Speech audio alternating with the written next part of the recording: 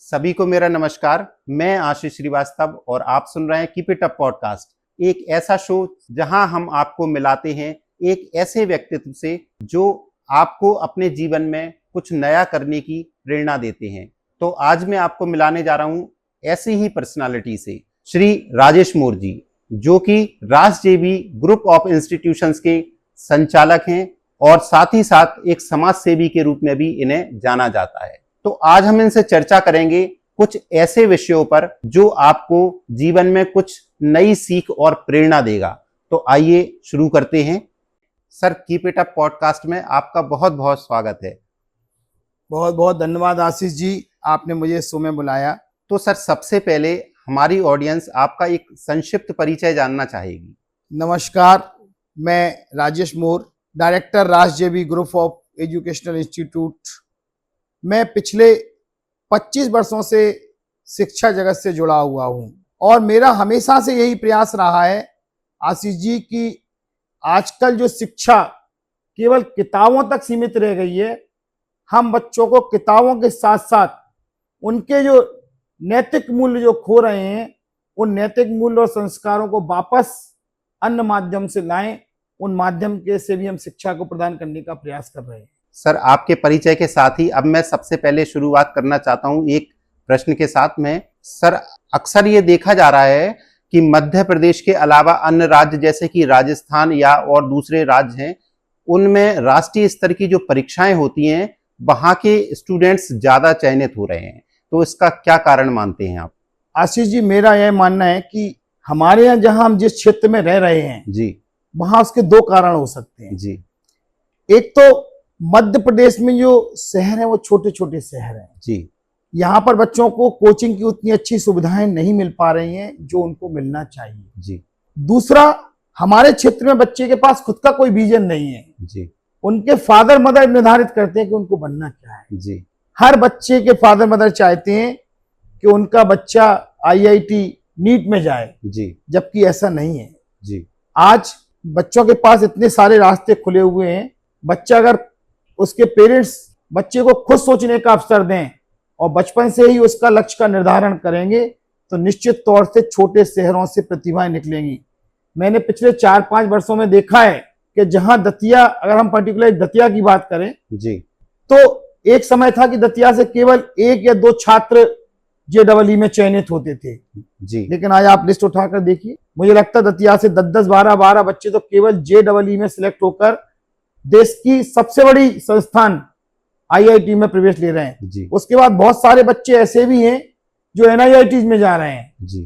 तो अब थोड़ा सा सुधार तो आया है क्योंकि ऑनलाइन शिक्षा का माध्यम बच्चों के लिए वरदान साबित हो रहा है जी। छोटे शहरों के बच्चे जो कोचिंग के लिए बड़े शहरों में नहीं जा पाते थे, ऑनलाइन सिस्टम आने से उनको बहुत फायदा हुआ जी। सर, आपने ये जो कहा कि आज के अभिभावक बच्चों के भविष्य या करियर को पहले से तय कर देते हैं, तो एक चीज और भी देखी जा रही है कि मेट्रोज में एक कल्चर आ गया है कि जब बच्चा 6th क्लास में होता है, 7th क्लास में होता है, तभी उसका करियर डिसाइड कर लिया जाता है और तभी से उसकी प्रिपरेशन उसी हिसाब से शुरू कर दी जाती है। लेकिन कहीं ना कहीं देखने में आ रहा है कि अपने यहाँ या अपने क्षेत्र में ये सब कुछ नहीं हो पा रहा है। इसके लिए तो मैं आपको आशीष जी बोलूंगा कि मेरे हिसाब से जो भी नया ट्रेंड मार्केट में आया है कि बच्चे को हम क्लास 6 से ही कंपटीशन की कोचिंग करवा रहे हैं जी। उससे हो क्या रहा है कि बच्चे किताबों से दूर जा रहे हैं जी और उन्हें जो संस्कार स्कूल के अंदर मिलते थे वो उनसे दूर होते जा रहे हैं जी। हो सकता है कि आपका बच्चा सिलेक्ट हो जाए जी, लेकिन जो स्कूल में सीखने की अवसर उसको प्राप्त होते थे वो सारे अवसर उसके खत्म हो गए जी। जब बच्चा स्कूल आता है तो शिक्षा के साथ साथ अदर करिकुलम एक्टिविटीज में भी हिस्सा लेता है जी, जिससे उसका सर्वांगीण विकास होता है जी। जब हम बच्चे को 6th क्लास से ही कोचिंग में भेजना शुरू कर देते हैं तो उसका मानसिक और बौद्धिक दोनों विकास जो है रुक जाते हैं जी और कहीं ना कहीं ये बच्चे के आने वाले भविष्य में उसको परेशानी का सामना बना। तो सर, आपके हिसाब से मतलब अगर हम बच्चे के साथ में ऐसा करते हैं तो वो कहीं ना कहीं एकेडमिक्स में ही उलझ के रह जाता है जी।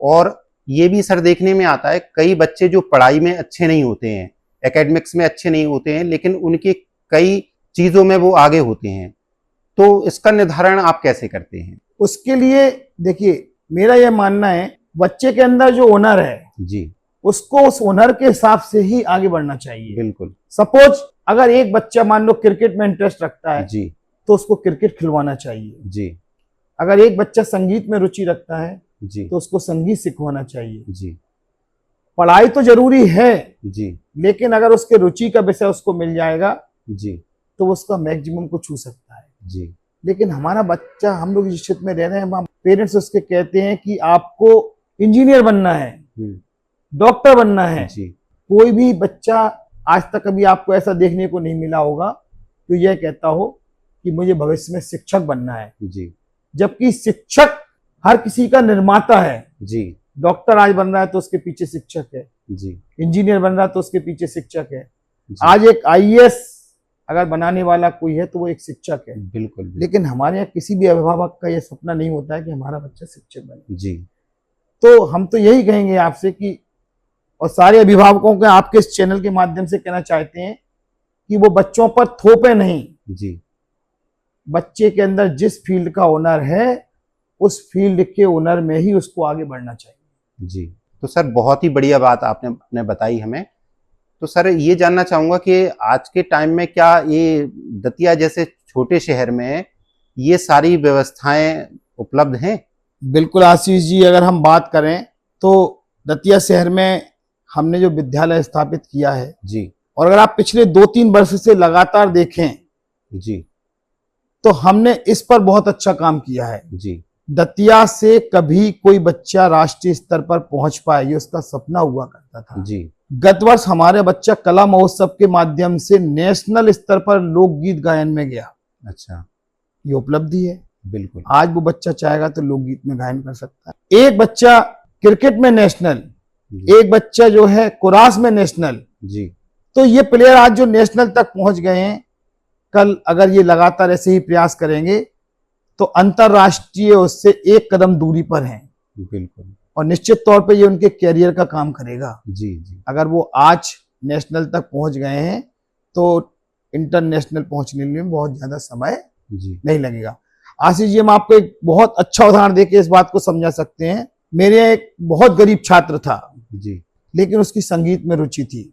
जी, उसके माता पिता उसको बिल्कुल भी सपोर्ट नहीं करते थे, जी, लेकिन हमारे एक संगीत शिक्षक ने उसको संगीत में रुचि जागृत की। जी, और आप विश्वास नहीं करेंगे, 12th पास करने के बाद एक सामान्य सा बच्चा जिसकी पढ़ाई में कोई ज्यादा अच्छी पोजीशन नहीं थी, 12th पास करने के बाद 15 से 20 हजार रुपए केवल इस बात से मिल रहे हैं कि उसने साथ में एक संगीत की क्लास ली। जी, अगर वो आज संगीत की क्लास नहीं लेता तो कहीं 5,000 रुपए पे किसी होटल में काम करना होता। बिल्कुल, तो शिक्षा खाली एकेडमिक में ही नहीं, जी, अन्य क्षेत्रों में भी बच्चों का भविष्य बना सकती है।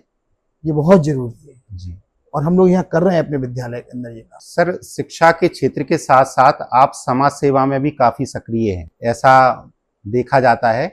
तो सर आपकी दृष्टि में असली समाज सेवा क्या है? देखो आशीष जी, वास्तविक समाज सेवा अगर देखा जाए जो हमारे समय आजकल देखने को मिल रही है, मुझे नहीं लगता है कि आजकल कोई रियल समाज सेवा कर रहा है। जहां समाज सेवा की आवश्यकता वहां तो लोग काम कर ही नहीं रहे हैं।